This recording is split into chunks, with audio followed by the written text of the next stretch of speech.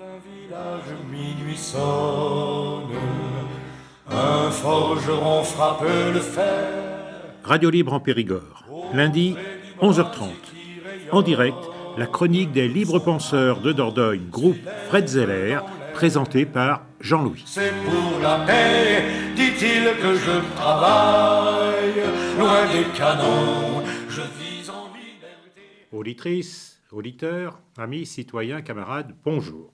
Nous sommes le lundi 27 juillet 2026. Yanis est aux manettes pour assurer la technique de cette émission, dans laquelle je vais ouvrir le dossier spécial laïcité. J'ai sous les yeux les 3 revues de la Libre Pensée, les 2 revues de la Fédération nationale, c'est-à-dire La Raison, le mensuel de la Fédération nationale qui relate les informations relatives aux questions de laïcité pour la France et pour le monde entier.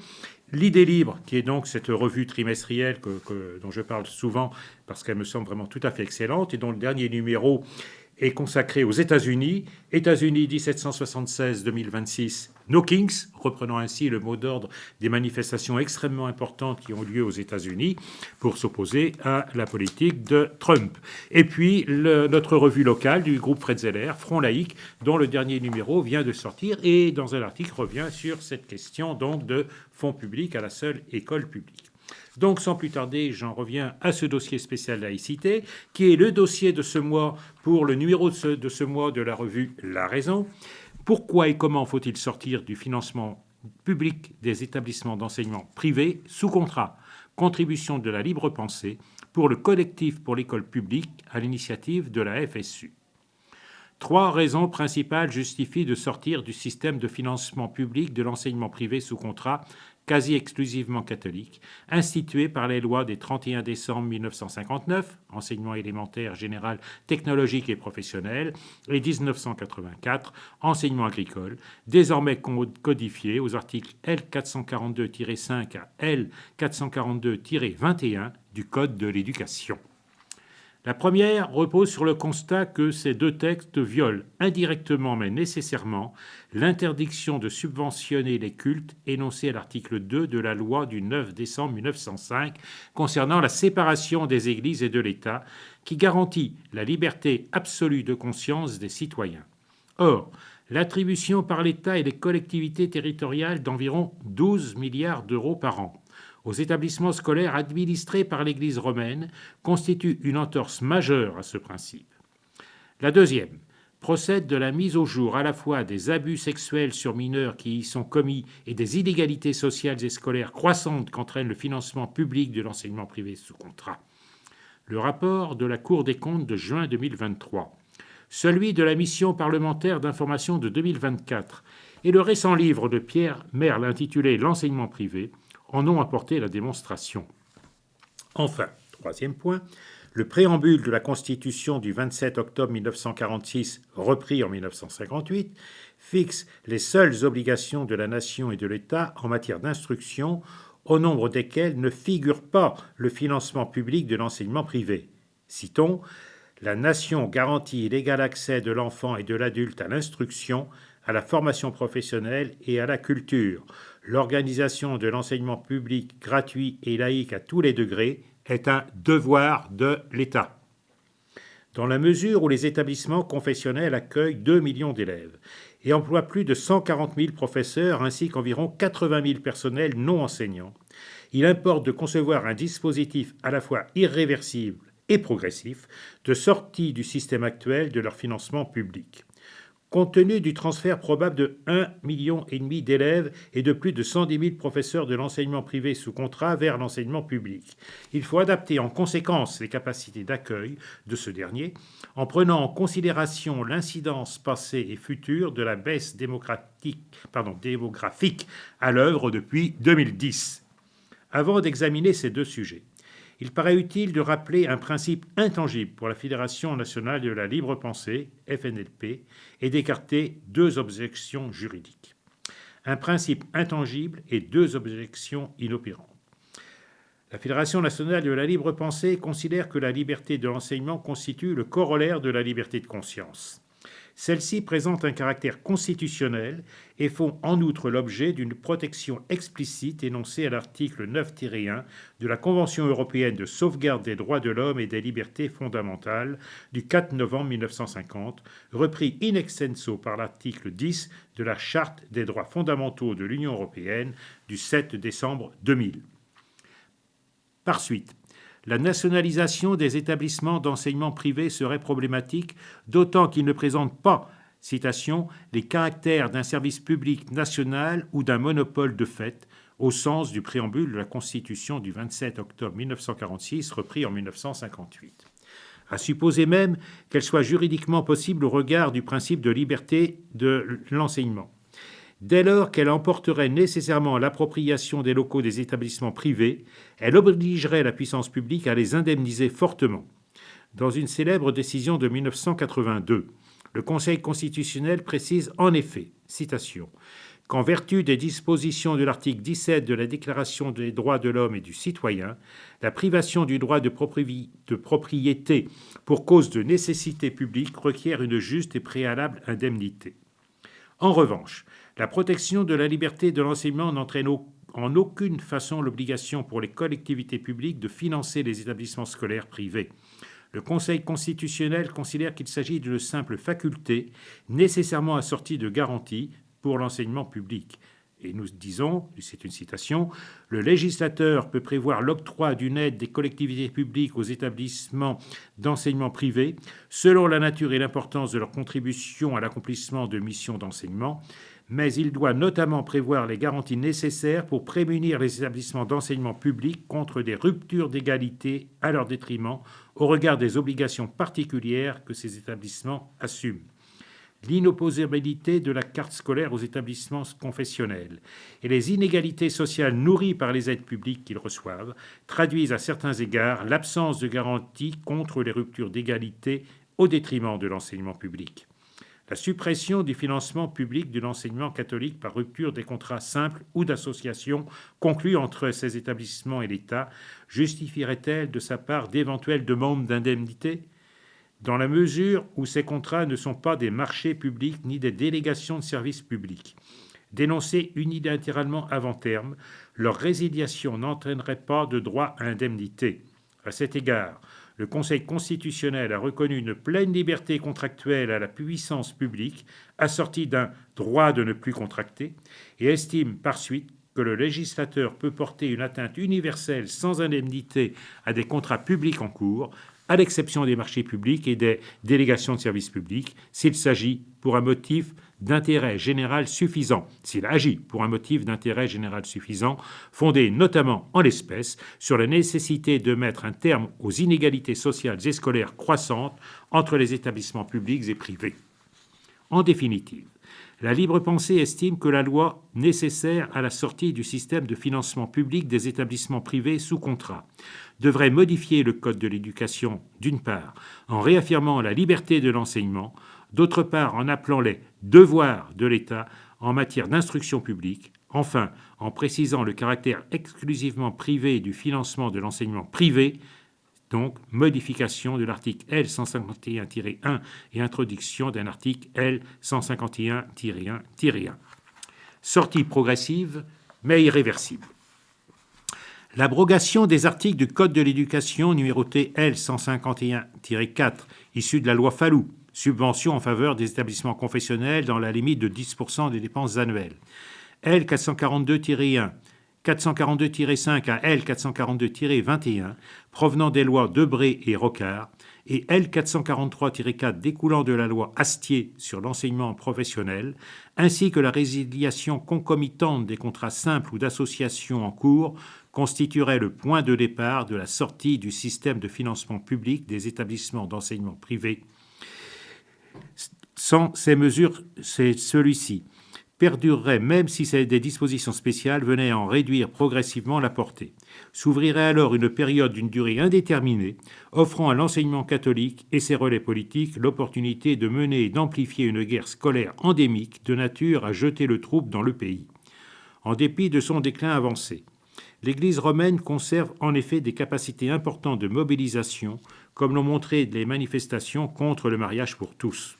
Pour autant, sauf à introduire une forme de chaos scolaire, l'abrogation des dispositions issues des lois des 15 mars 1850, 25 juillet 1919, 31 décembre 1959 et 31 décembre 1984 et la résiliation des contrats simples ou d'association ne résolvent rien par elles-mêmes. Il importe donc d'envisager une période de transition prenant effet dès le lendemain de celle-ci. La FNLP propose que la sortie du système de financement public de l'enseignement privé sous contrat s'effectue en 6 ans. Durant la première année, les rémunérations des professeurs assurées par l'État et les subventions publiques versées aux établissements privés par les collectivités territoriales seraient intégralement reconduites sans augmentation ni diminution. Les gestionnaires des écoles, collèges et lycées privés pourraient, pendant cette période, signer le convention type qui prendrait effet à la date de l'abrogation. À défaut d'adhésion à cette convention type dans les 12 mois, les établissements ne percevraient plus aucune aide à compter du premier jour de la deuxième année. De surcroît, les professeurs ayant conservé la qualité d'agents publics qui exerceraient encore leurs fonctions au terme de la première année seraient réaffectés immédiatement dans l'enseignement public au cours de la deuxième année. En effet, durant la première année, les professeurs de l'enseignement privé sous contrat, actuellement assimilés à des agents publics rétribués par l'État, pourraient choisir d'être maintenus en qualité de contractuels de droit public, à défaut d'opter en faveur de cette solution, qui ouvrirait pour eux une perspective de titularisation dans les cadres de la fonction publique. Ils deviendraient salariés de droit privé, rétribués par l'enseignement privé dès la deuxième année. À titre exceptionnel, dans cette dernière hypothèse, qui pourrait concerner 20% des intéressés, ils auraient un accès immédiat aux bénéfices de l'assurance chômage. De la deuxième à la sixième année, les aides publiques aux établissements d'enseignement privé seraient réduites par cinquième. Déduction faite des départs à la retraite ou des démissions, l'État récupérerait un cinquième du nombre de postes d'enseignants ayant choisi de conserver leur statut d'agent public au cours de la première année, ainsi que 20% du montant du forfait d'externat à sa charge.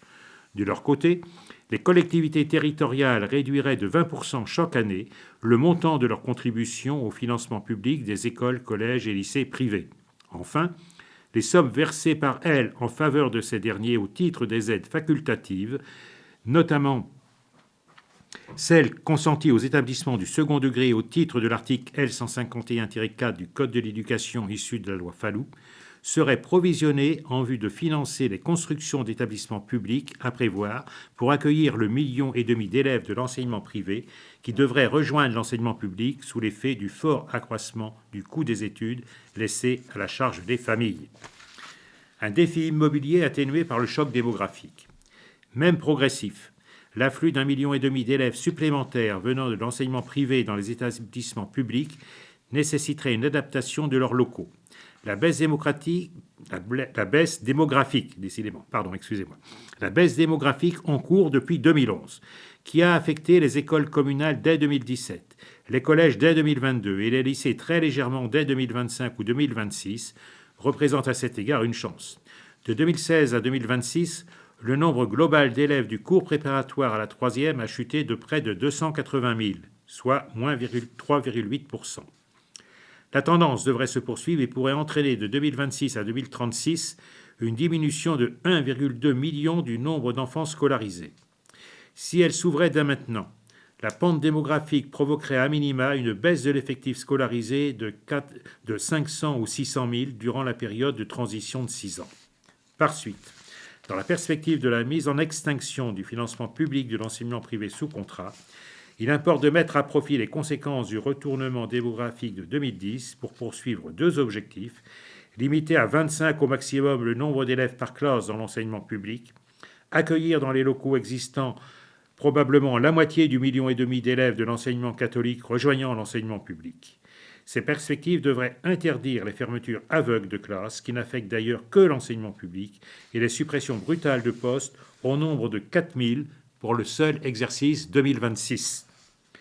Pour l'autre moitié, les communes, les départements et les régions devraient acquérir et construire un peu plus de 8 millions de mètres carrés pour un montant d'environ 17 milliards d'euros. À cette fin, il est proposé de les autoriser à emprunter cette somme en plusieurs tranches au taux de 3% auprès de la Caisse des dépôts et consignations. Ces collectivités bénéficieraient d'un différé de remboursement de 6 ans, La durée d'amortissement de ces emprunts serait de 35 ans.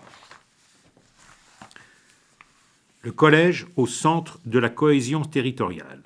Adopté en chambre du Conseil le 3 mars, le rapport public annuel 2026 de la Cour des comptes traite cette année d'un thème majeur au regard des fractures nombreuses auxquelles le pays est confronté. Cohésion territoriale et attractivité des territoires. Il procède d'une enquête menée par la Cour et 5 chambres régionales des comptes autour de plusieurs thèmes, notamment celui ayant trait au premier cycle de l'enseignement du second degré, adapter la carte des collèges aux enjeux de la démographie et de la mixité sociale. La Cour confirme que les établissements d'enseignement privé sous contrat contribuent à accroître des inégalités sociales dont l'enseignement public n'est d'ailleurs pas exempt. En raison du choc démographique en cours, elle préconise de revoir la carte scolaire d'ici 5 ans et, à cette occasion, d'associer les responsables des collèges confessionnels à ce travail dans la perspective de réduire ces inégalités. Un rappel de l'état des lieux des inégalités sociales au collège. Sur 6 736 collèges publics, 5 201 garantissent la mixité sociale des élèves, soit plus des 3/4. Néanmoins, 796 d'entre eux, soit près de 12% du total, accueillent des enfants issus de milieux défavorisés dans une proportion de 64%. À l'inverse, 739 collèges publics reçoivent un fort pourcentage de 37% d'élèves venus de familles favorisées et très favorisées. Néanmoins, l'enseignement privé sous contrat constitue le principal ressort des inégalités sociales et scolaires au collège. Plus d'un élève sur 5, 22%, fréquente un établissement confessionnel du premier cycle du second degré. Cette proportion n'atteint que 14% dans l'enseignement préélémentaire et élémentaire. Surtout, la part des enfants issus des milieux favorisés et très favorisés y a beaucoup progressé de 2000 à 2023. Elle est passée de 41% à 57% en moins d'un quart de siècle, soit une augmentation de 16 points. L'écart avec les collèges publics présentant des caractéristiques analogues atteint 20 points. La Cour note que le protocole d'accord signé entre l'État, alors représenté par M. Ndiaye ministre de l'Éducation nationale et de l'enseignement catholique le 17 mai 2023, en vue d'améliorer la mixité sociale dans les établissements privés sous contrat, n'est pas appliqué ou produit de faibles résultats, même si 32% d'entre eux appliquent une modulation de la contribution des familles en fonction de leurs ressources. Elle donne ainsi l'exemple du collège protestant Le Gymnase de Strasbourg, qui a baissé de 80% le montant de la participation des parents aux frais de scolarité des boursiers. Ces derniers demeurent néanmoins très minoritaires au sein de l'établissement, 3,5%. Dans le prolongement de son rapport public thématique de juin 2023 sur l'enseignement privé sous contrat, elle conclut, citation, « Les mesures visant à favoriser la mixité sociale dans le privé restent largement insuffisantes. La Cour réaffirme la nécessité d'une association renforcée de l'école privée sous contrat à l'objectif de mixité sociale. » L'opportunité du choc démographique pour réduire ces inégalités. La Cour écrit « L'État et les collectivités territoriales n'ont à ce jour pas pris la mesure de l'ampleur de la dégradation de la mixité sociale et n'anticipent pas à un horizon suffisant les effets de la déprise démographique. » Elle entend donc préconiser de traiter ensemble ces deux questions. De 2024 à 2036, selon les projections de l'Institut national des statistiques et des études économiques, l'INSEE, le nombre des mineurs âgés de 10 à 15 ans pourrait diminuer globalement de 12%. Dans une vingtaine de départements ruraux, cette baisse pourrait atteindre 19,5 à 22,7%. Allier, Hautes-Alpes, Dordogne, nous sommes concernés. Manche, Mayenne, Meuse, Nièvre, Pas-de-Calais, Sarthe, Somme, par exemple. Dans ces conditions, l'effectif moyen d'enfants par collège public pourrait passer de 480 actuellement à 430 en 2036. Le nombre d'établissements de moins de 300 élèves passerait de 800 à 1300. À l'opposé, celui des collèges de plus de 500 élèves diminuerait de 2100 environ en 2024. Il ne serait plus que de 1500, donc de 2100 à 1500 en 2036. D'ores et déjà, d'anciens collèges publics ont fait l'objet d'une reconversion de leurs locaux. Citation. Ainsi, dans l'Aveyron, un collège héberge un centre médico-psycho-pédagogique, une maison des adolescents et un centre d'information et d'orientation. Le logement de fonction inoccupé d'un collège vauclusien est occupé par un cabinet médical. Dans le département de la Haute-Loire, une école de musique s'est installée dans un étage libéré par un collège. Dans la mesure où le coût salarial d'un collégien décroît quand la taille de l'établissement public augmente, 8 900 € dans les collèges de moins de 200 élèves, 8 100 € dans ceux de moins de 300 élèves et 6 700 dans ceux comptant de 5 à 600 élèves. La Cour recommande de redessiner la carte scolaire opposable aux parents, même si elle prend en compte les problèmes de transport des enfants. À l'appui de sa préconisation, elle souligne notamment que les collèges à faible effectif offrent un choix plus resserré de formation.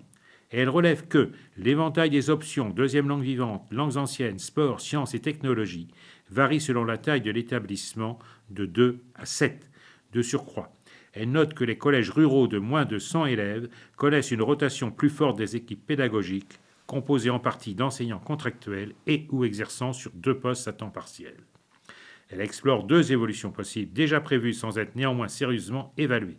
D'une part, le regroupement des collèges devrait s'inscrire dans la création de réseaux comportant des écoles élémentaires, un collège et au moins un lycée, et donne l'exemple de l'expérimentation du territoire éducatif rural de Decize dans la Nièvre, menée dans le cadre du plan France Ruralité. Il s'agit d'un dispositif associant l'intercommunalité, le département, d'autres services sociaux ou de santé et les associations locales. Il existe actuellement 203 territoires éducatifs ruraux, l'abréviation TER, donc je donne le détail pour ne pas confondre, bien évidemment. D'autre part, la création d'internats en milieu rural constitue un moyen de résoudre la question des transports scolaires, d'améliorer l'attractivité des établissements publics de regroupement et de proposer aux familles une solution à l'enclavement de certains territoires à leurs problématiques sociales. La Cour livre l'exemple du département de l'Aude qui offre 6 internats comportant 263 places. Selon la Cour, l'enseignement privé devrait être associé à cette refonte de la carte scolaire imposée par le choc démographique, bien que celle-ci ne lui soit pas opposable, afin de le contraindre à prendre des mesures tendant à instaurer une plus grande mixité sociale dans ces établissements. Néanmoins, elle ne dégage aucune voie permettant d'y parvenir. Elle met simplement en évidence l'inefficacité de certains dispositifs. Ainsi, l'instauration d'un bonus mixité sociale complétant les contributions obligatoires de la collectivité publique n'a produit aucun effet dans le ressort de la communauté européenne d'Alsace.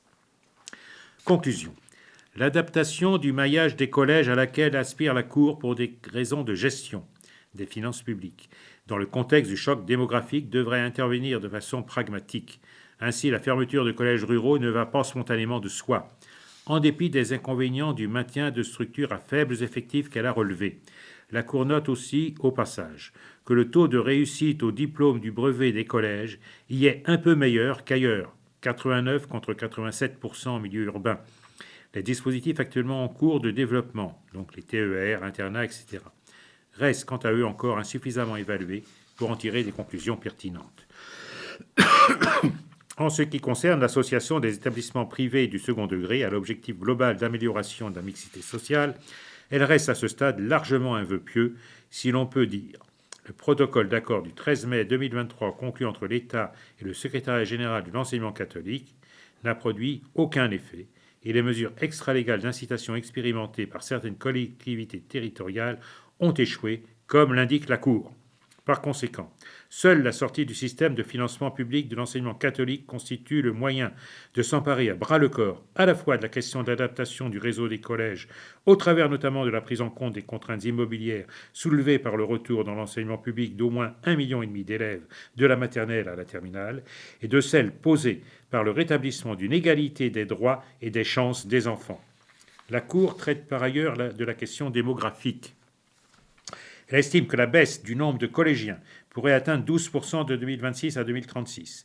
Elle constate que 20 départements ruraux, par exemple donc ceux qu'on avait cités tout à l'heure, le 03, le 05, 16, 24, 58, 62, 80, pourraient voir 1/5 du nombre de leurs collèges contraints à la fermeture. Il existe déjà des locaux vides transformés en établissements médico-sociaux, par exemple, on l'a indiqué tout à l'heure. Elle considère que la carte scolaire doit être revue pour tenir compte de cette baisse démographique, mais aussi pour améliorer globalement l'objectif de mixité sociale. Elle préconise de constituer des réseaux écoles, collèges, lycées, comme à Decize dans la Nièvre. compte tenu de sa recommandation tendant à contraindre davantage l'enseignement privé à contribuer à l'effort d'une plus grande mixité sociale. Elle propose donc de l'associer aussi à cette réflexion. Pour autant, elle ne va pas jusqu'à préconiser de rendre opposable la carte scolaire aux établissements confessionnels. Et donc, la conclusion de la conclusion, il me semble, c'est Dominique Gousseau, donc responsable de la commission droit et de la cité et de la libre pensée, qui parle, il me semble que la Cour invite les pouvoirs publics à prendre à bras-le-corps la question de la mixité sociale à la faveur du choc démographique en cours, en tant que celui-ci rend indispensable une refonte de la carte scolaire.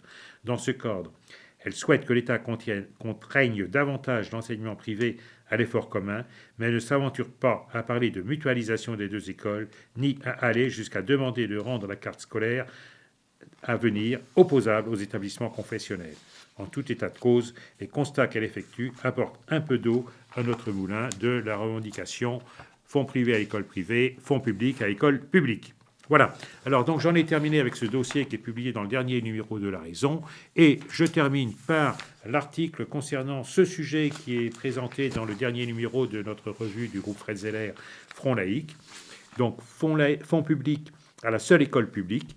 Le collectif national pour l'école publique laïque œuvre à l'abrogation de la loi Debré de décembre 1959 et travaille depuis des mois à un plan de sortie du financement public des écoles privées sous contrat pour redonner à la seule école publique laïque les moyens que lui doit la République pour l'instruction et l'émancipation de ses enfants. Il ne s'agit pas de porter atteinte à la liberté de l'enseignement, mais d'affirmer le principe à école privée, fonds privés. La Fédération nationale de la libre pensée a proposé un tel plan sur 6 ans, nous venons d'en parler. En Dordogne, la Ligue de l'enseignement Dordogne, la Ligue des droits de l'homme du Grand Périgueux, la FSU Dordogne, la Libre Pensée, groupe Fred Zeller, les Francas Dordogne, le Conseil départemental des associations familiales laïques de Dordogne travaillent ensemble sur le même objectif et ont décidé de faire une enquête dans le département pour que ses habitants sachent ce que financent pour l'enseignement privé les municipalités, enseignement maternel et élémentaire, le département, les collèges, la région pour les lycées. Les rapports budgétaires publiés à tous les niveaux sont muets sur la question. Les fonds concernés sont noyés dans des rubriques plus générales, mêlant public et privé. Cela permettra de discuter avec les élus et de rassembler petit à petit un front de défense de l'école publique. La loi Debré prévoit 2 types de contrats entre l'organisme de gestion de l'établissement privé et l'État. Le contrat simple, le plus souvent pour les petites structures qui gardent leur autonomie pédagogique en s'inspirant des programmes officiels, et le contrat d'association, dans lequel chaque classe sous contrat s'engage sur 3 points, l'établissement conservant son caractère propre, 1. Pas de discrimination pour l'inscription des élèves, 2. Respect de la liberté de conscience des élèves, 3. Respect du programme de l'éducation nationale. Ces contrats sont signés pour chaque classe et non pas pour l'établissement globalement. Pour ceux qui veulent aider à ce travail, voilà quelques règles de base à connaître. L'État finance la rémunération des enseignants du public et du privé. Les municipalités ou EPCI, quand il y a un regroupement pédagogique, ont à charge le forfait d'externat défini par tout ce qui est nécessaire à la mise en place du projet pédagogique laïque officiel, les salles de classe et leur entretien et confort matériel scolaire. N'entre pas dans ce forfait d'externat la cantine, les garderies, les activités extrascolaires, les classes découvertes. La loi Debré oblige les municipalités à financer les classes privées sous contrat d'association du premier degré. Elles doivent définir leur forfait communal obligatoire, le forfait d'externat par an et par élève, et appliquer le même pour un élève de l'école publique que pour un élève de l'école privée sous contrat d'association. Nous reviendrons donc dans un prochain numéro, conclut Chantal Le Souple, sur tout cela. Alors, a été relevé donc les écoles privées sous contrat en Dordogne et toutes les classes de ces établissements sont en contrat d'association avec l'État. Il n'y a pas de contrat simple en Dordogne. Et donc, pour les écoles confessionnelles, il y a à Bergerac, donc l'établissement Fénelon, 16 classes. À Bergerac toujours, l'école Saint-Jacques, 8 classes, plus une Ulysse. À La Roche-Chalais, le Sacré-Cœur, 4 classes. Le Flay, Saint-Joseph, 3 classes. Périgueux, Sacré-Cœur, 5 classes et 1 Ulysse. Périgueux, Notre-Dame de la Miséricorde, Saint-Front, 6 classes. Périgueux, Sainte-Marthe, Saint-Jean, 16 classes. Périgueux-Saint-Martin, 4 classes, Ribérac-Notre-Dame, 4 classes, Saint-Antoine-de-Breuil, l'établissement Saint-Joseph, 7 classes, et Sarlat-la-Canéda, Sainte-Croix, 4 classes. Et il y a en plus 2 écoles qui sont également sous contrat en Dordogne, mais ce sont des écoles relevant du réseau des Calandreta. À Bergerac, donc Belle-Soleil, 2 classes, et à Périgueux, la Calandreta Pergosiane, 3 classes. Voilà, donc j'en ai terminé avec ce dossier, et c'est l'heure également de terminer notre chronique. Donc je vous souhaite une excellente semaine et vous donne rendez-vous à lundi prochain pour une nouvelle chronique du groupe Fred Zeller. Et merci encore à Yanis pour la technique de cette émission. En forgeant un soc de charrue. C'était la chronique du groupe Fred Zeller de la Libre Pensée de Dordogne. Vous pourrez réécouter cette chronique en rediffusion jeudi de 16h à 16h30 ou samedi de 17h30 à 18h. Vous pouvez également écouter cette chronique en podcast sur le site de Radio Libre en Périgord et vous pouvez également retrouver sur le site du groupe Fred Zeller, lpdordogne.fr, toutes les chroniques du groupe Fred Zeller sur Radio Libre en Périgord. Nous vous donnons rendez-vous pour une prochaine chronique la semaine prochaine, dès lundi 11h30. Elle tient ton glaive